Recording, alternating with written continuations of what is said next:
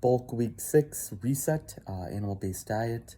Today I weighed in at 174.8 pounds and 23.5% body fat. I did put on 0.4 pounds this past week, but I also lost 2/10 of a body fat percentage based on my Hume Health Body Pod scale. Overall, I'm feeling really good. Some of those sets I did increase weight slightly this past weekend. Some of my working sets, some of the weights are getting a little bit just easier. My certain body parts that I'm working out each day, they're still sore the next day, but the soreness isn't as intense and it's not lasting as long. So all that stuff is heading in the right direction. I do have 2 more weeks left, week 7 and week 8 of this higher carb animal-based approach. Then I will be upping the protein, dropping the carbs, and I'll go through all of that. I'm also going to drop the the daily caloric load each day. And I'll go more into detail on how I'm going to do that, what it's going to look like when I wrap up week 8. But I got all my blood test results back this past week from several weeks ago when I got some blood drawn for a test. Based on my last time I had my markers done, and that was at the end of my bodybuilding prep, where at that point in time, I probably was right around somewhere between 8 and 9% body, probably closer to 8% body fat, like 8.5% body fat. I was eating 1 meal a day. Definitely was feeling it. So that was the last time I had it done. So this is about 7 months later. But all my blood markers were great. My HbA1c actually went down 2/10 of a point, which I wasn't expecting that. I was expecting maybe to climb a little bit higher, eating all that fruit and honey and maple syrup. I thought maybe my blood sugar levels would have been higher, therefore you have more glycated red blood cells, which that's what the HbA1c test is. But that was great. Triglycerides came down a little bit, but I was kind of expecting that with not consuming as much fat. LDL came down a little bit, again, because I'm not consuming nearly as much fat as I was when I was on keto. HDL came down a little bit, but it's still in the higher end of normal, so I'm not too worried about that one. Fasting blood sugar and insulin were both lower than when I was on keto. Not like tremendously lower, but just slightly lower, which again, I was not expecting that. I thought maybe my blood sugar would be a little bit higher. I definitely thought maybe insulin would be higher since my pancreas has had to produce a lot more insulin, consuming 350 grams of carbs per day, compared to when I was doing keto, somewhere between 30 to 50 grams of carbs per day. So all that was looking great. All my electrolytes were right in normal range. The only thing that was blown way out of range was my, and I can't think of it off the top of my head right now, but my C-reactive protein. There it is. So my C-reactive protein, which that takes a look at all the inflammation going on in your body. You typically want to have 1 or less. Mine was like 9.87. Now here's my hypothesis. I had a really bad cold about a week and a half before I took that test. And even up to the day I took the test, I still felt slightly sick and had that cold. I think that's why it was incredibly elevated. Could it be maybe I have more inflammation in my body due to the higher carbohydrate consumption?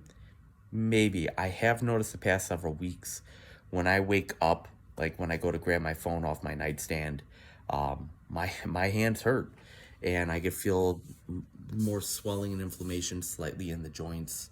Once I start kind of get moving though, usually once I start my workout, that slight pain I have kind of goes away. But I don't know if maybe it was a combination of having that, and that was one of the worst colds too I've had in a long time. So I don't know if it was a combination of that plus maybe the higher carb. Maybe it was just that really bad cold. I don't know. Next time I'll have a blood test done will be mid-June, end of June. By then, I will be finishing up my 3rd month of keto because I'm going to go back to keto starting Monday, March 31st. So I'll see what that stuff looks like. This particular blood test did not test my testosterone, but the next one in June will.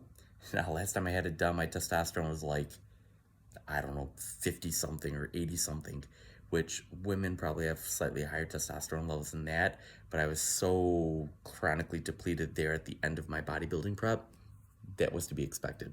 So I'm hoping I could be somewhere between 700 and 800 milligrams per deciliter for my testosterone when I get that done in June, but I'm not sure. Yeah, so that was encouraging that eating this animal-based diet where I'm getting all my protein from animal sources, I'm getting, and fat too. I'm getting all my carbohydrates from fruit, honey, and maple syrup. I feel great, sleeping great, great results in the gym. Nothing to complain about on that front. And all my blood markers look fine, except for that C-reactive protein. If I was to go into a conventional medical office, tell them what I'm eating, they would probably be like, you're on a path for diabetes, heart disease. But based on all the blood work I had done, everything looks good. So when it comes down to it, you need to be the one to make these decisions.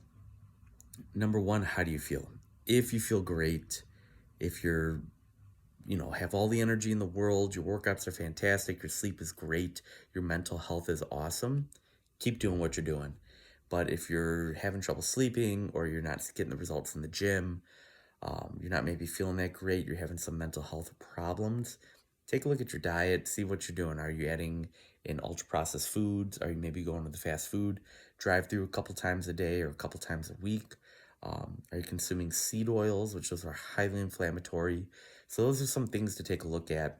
And if you just eat real food, eat food that grows on trees, grows on bushes, grows under the ground, runs on the earth, flies in the sky, or swims in the oceans or lakes or rivers. That is what you should be eating. And if you do that, you're eating as close to the earth as possible. Everything else will take care of itself. It'll fall into line. So, yeah, I love keto. I will always swear by keto. This animal-based approach has opened up my eyes to the possibility of, no, as humans, we can consume carbohydrates. But I would recommend if you're metabolically broken, where your body can't pivot between carbs or fats, you're going to want to do a ketogenic diet for 3 to 6 months. Then you could dabble with adding some carbs in from time to time, and then your body should be able to run efficiently on either fuel source, carbohydrates or fats. And then you can decide what percentage of your diet you want to have fats and carbs. That's just my 2 cents, but I'm just some guy on the internet that went from 19.4% body fat all the way down to 7.9% body fat. I know a little bit about manipulating your macronutrients to get the most out of your body, to get the leanest, fittest out of your body. And also I know how to manipulate carbohydrate or manipulate macros to put on muscle and put on size. So take it or leave it. Well, that's all I've got for you guys for the wrap up of week number 6 here. Please keep it locked in here on my channel. Like and subscribe and continue to follow along with me as I embark on this animal-based high carb approach. And I will see you guys for the wrap up of week 7 next week.